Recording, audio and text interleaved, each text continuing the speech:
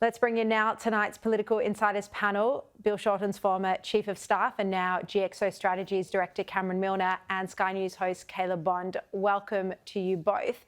So, Cameron, this is fascinating because this poll is predicting that the Liberals could win back seats in the outer suburban regional area, including Robertson and Gilmore in New South Wales, Lyons in Tasmania. But they're saying that the Liberals aren't strong enough to win back the teal seats that they lost. So based on this, Peter Dutton's prospects aren't looking great at the next election. What do you think? Well, I think it's very true. I think we are heading towards a minority government given the trajectory of the Albanese government. And let's not forget that Gillard and Swan took a much larger Rudd majority and destroyed that and created a minority government in 2010. So Labor knows how to do this with a first term. But what a horror show.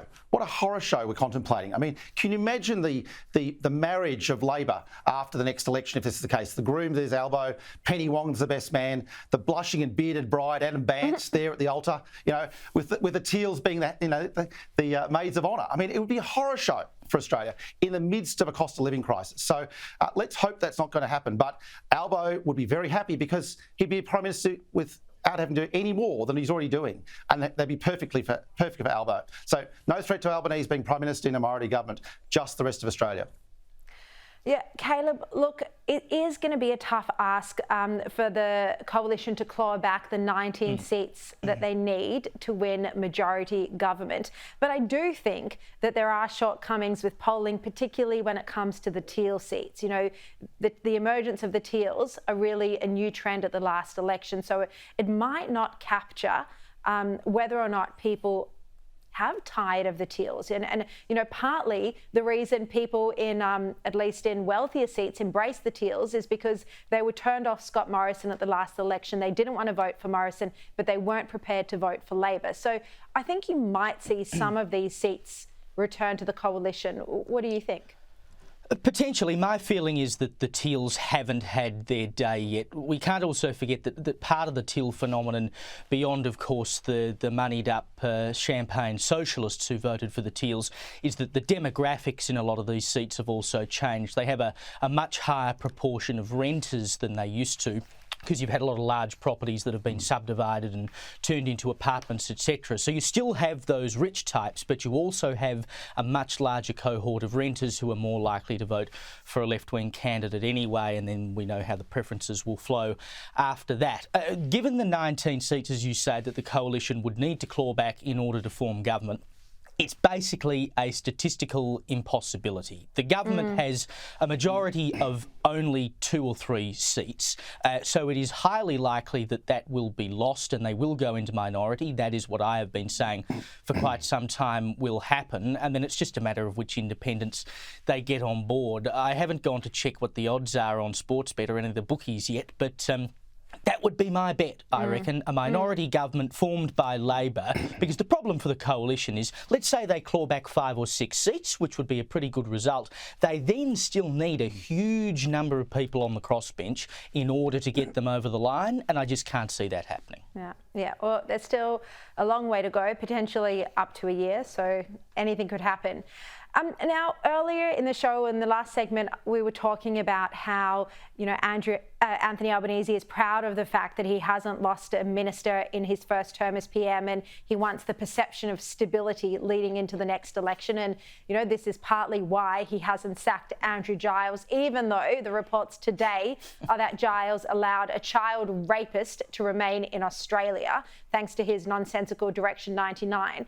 But Cameron Milner, there's another reason as well that Albanese hasn't moved on Andrew Giles, and I bet you can explain it to us. You would know it more than most. It's that Giles is one of his factional heavyweights. It's one of his numbers men. You know, tell us about whether you think this is why, at least partly why, Albanese would be protecting Andrew Giles despite his repeated and proven incompetence. And I think we've just lost, and now he's back. We got Cameron Milner back. I think have we got you back, Cameron? Hope so. Yep. All right. Hope so. I can hear you. Yes. Yep. Okay. We'll tell us about Andrew Giles being one of Albo's factional men. Well, Giles is definitely an Albanista. That's the only possible reason for his survival. But the second reason is the worst kept secret in Canberra is that Albanese is going to have a ministerial reshuffle. This guy needs a refresh with his numbers. So Albo's going to have a ministerial reshuffle very soon. And I think in that stage, Giles will be moved sideways and put into a different portfolio to save the embarrassment, but he'll still be a minister. And then people like Andrew Charlton or Gillian Hill, who's very ambitious, they'll be promoted into the ministry to refresh the ministry. So I think Albo's just waiting for the ministerial reshuffle, which is coming, to refresh his own numbers in Canberra. Yeah, I mean, it's extraordinary. I think, as much as I on this show care strongly about the anti-Semitism crisis, and we talk about it every night. Caleb, we all do. Yes, thank you, Cameron. But Caleb, to perhaps mainstream Australians, it's stories like this, that the minister allowed a child rapist to stay in Australia, that really cut through and are an example of the government's incompetence.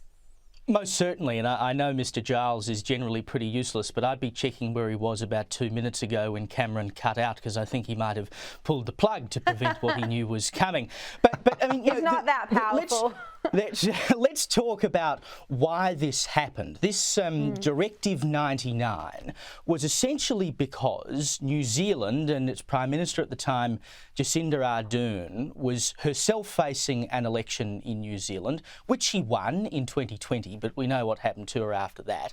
And she was taking this hard line at the time that Australia was, dumping its criminals on New Zealand. You're trying to deport these New Zealand citizens back to our country, even though they've lived their whole lives in your country.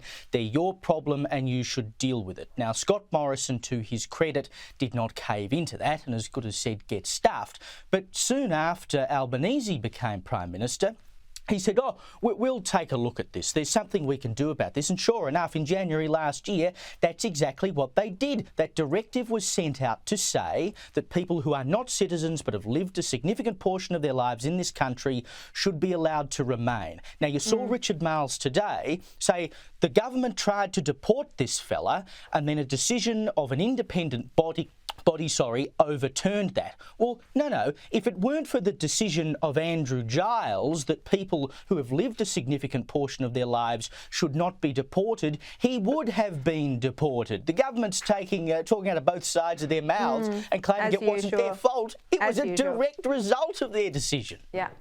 Now, just before we go, Ukraine has been left waiting for 6 months for a response from the Labor government after the Ukrainian ambassador requested an urgent shipment of coal as its power plants are targeted by Russia. Now, The Age today reporting that Ukraine lodged the request in December with a follow-up written to Foreign Minister Penny Wong just earlier this month.